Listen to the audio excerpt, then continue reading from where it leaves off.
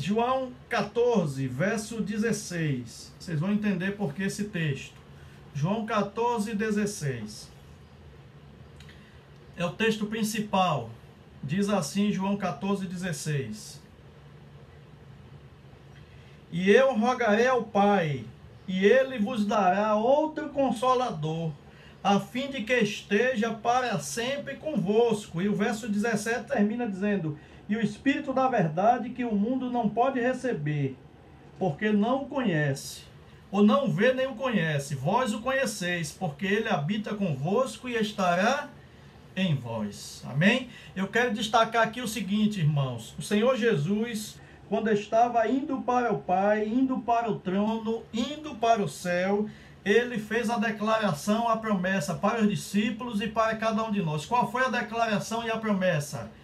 Eu rogarei ao Pai, e ele enviará outro Consolador, a fim de que esteja convosco para sempre. Aí a gente tem que entender, pastor, primeiro o seguinte: o que significa esse outro aqui? Esse outro significa outro da mesma natureza.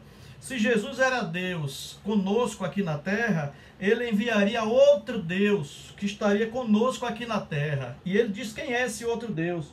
É outro Consolador, é o Espírito da verdade, é o Espírito Santo de Deus, irmãos. Ó, Jesus foi, mas o Espírito Santo de Deus está conosco. Então hoje a presença de Jesus em nossa vida é o Espírito Santo. E infelizmente há pessoas que negam a divindade do Espírito Santo. Negando a divindade do Espírito Santo, estão negando a presença de Jesus com eles, com nós mesmos. E imagine só, se o Espírito Santo é Deus e ele nos orienta em todo o caminho que devemos seguir, a palavra de Deus diz que ele nos convence da justiça, do juízo e do pecado. Ele convence, é aquela voz na consciência que diz assim: o caminho é este, não é aquele, ande por esse caminho, busque a Jesus, busque a Deus, se prepare, um grande evento está para acontecer. É isso tudo que faz o Espírito Santo, irmãos. O Espírito Santo hoje é a presença de Jesus em nossa vida, e nós vamos entender. Agora, pastor, o que é que isso tem a ver com o ser humano, a natureza carnal e a espiritual? Vou dizer para os irmãos. Vocês viram aqui que no verso 17 o apóstolo fala assim, João fala que o Espírito de verdade o mundo não pode receber, e nem vê, nem conhece. Por quê? É porque o mundo está vivendo apenas a natureza carnal. E quem vive na natureza carnal não compartilha do Espírito Santo, irmãos. Agora eu vou fazer uma pergunta aqui muito importante para você pensar, e até o final vamos responder.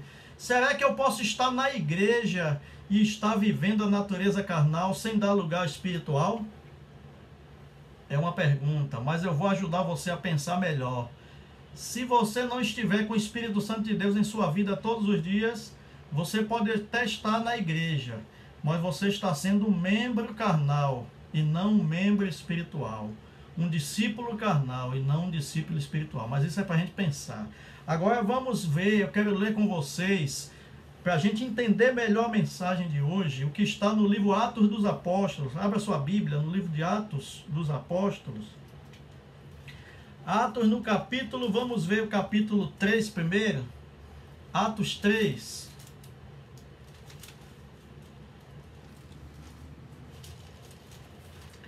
Vamos ver o verso 4. Atos 3, verso 4.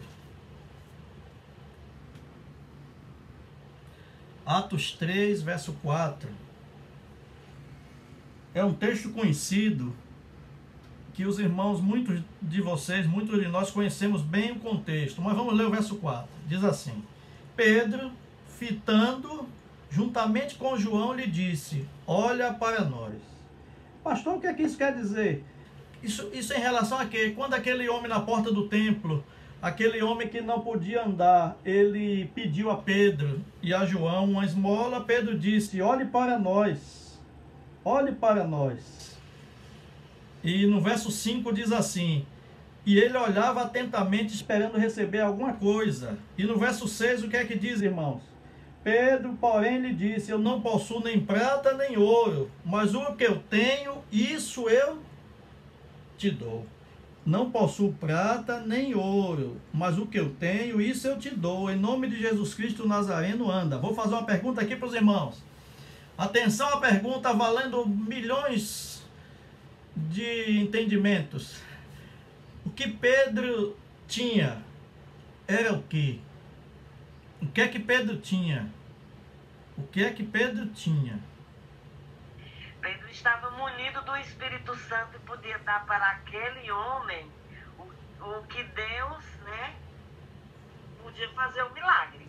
Falou, irmã Fátima. Bem, irmã Fátima, se eu tivesse um prêmio, eu ia te dar agora, viu?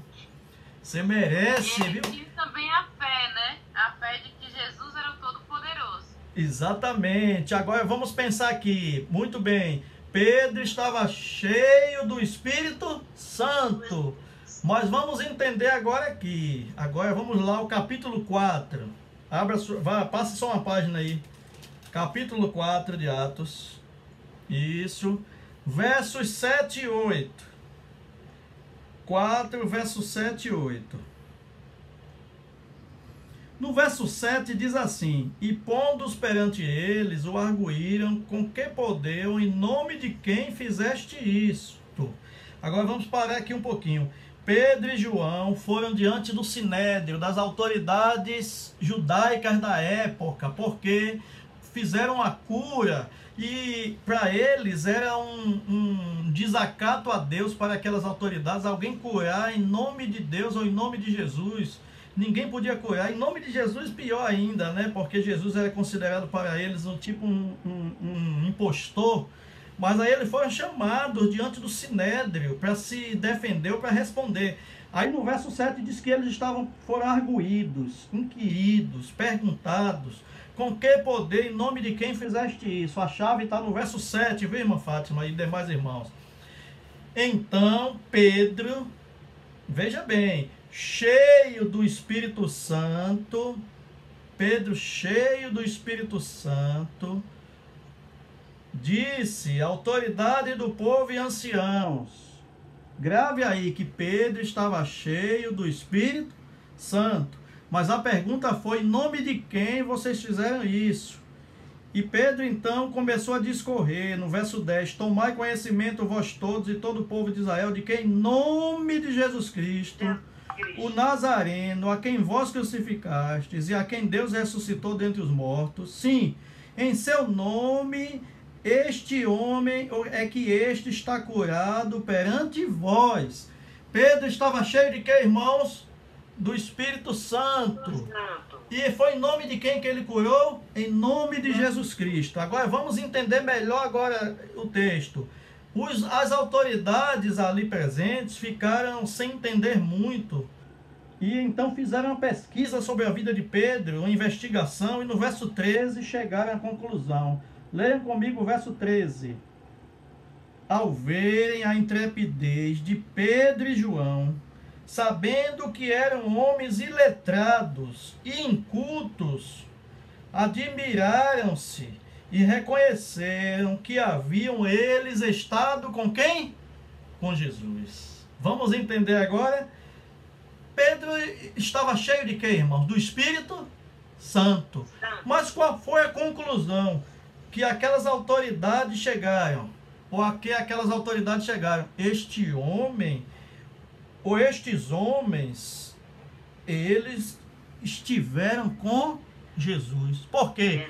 Irmãos, quem está cheio do Espírito Santo, está cheio de Jesus.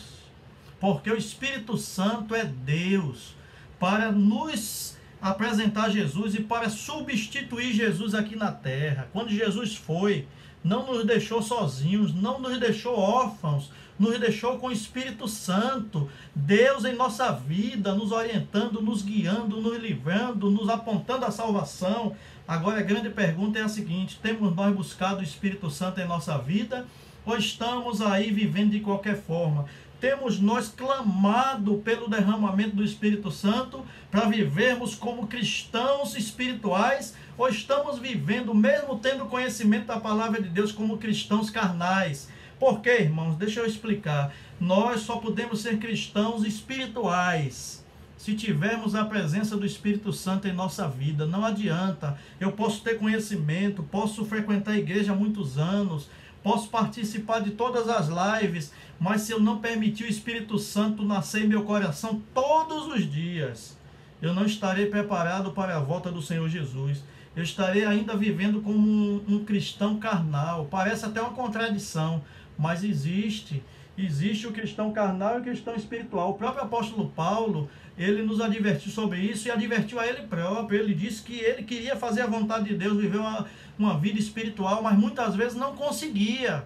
A gente só pode conseguir, irmãos, com oração, com leitura da palavra de Deus, clamando e suplicando ao Senhor dia e noite, para nós vivermos de acordo com a palavra de Deus e ter o Espírito Santo para nos preparar para os eventos finais que já estão acontecendo.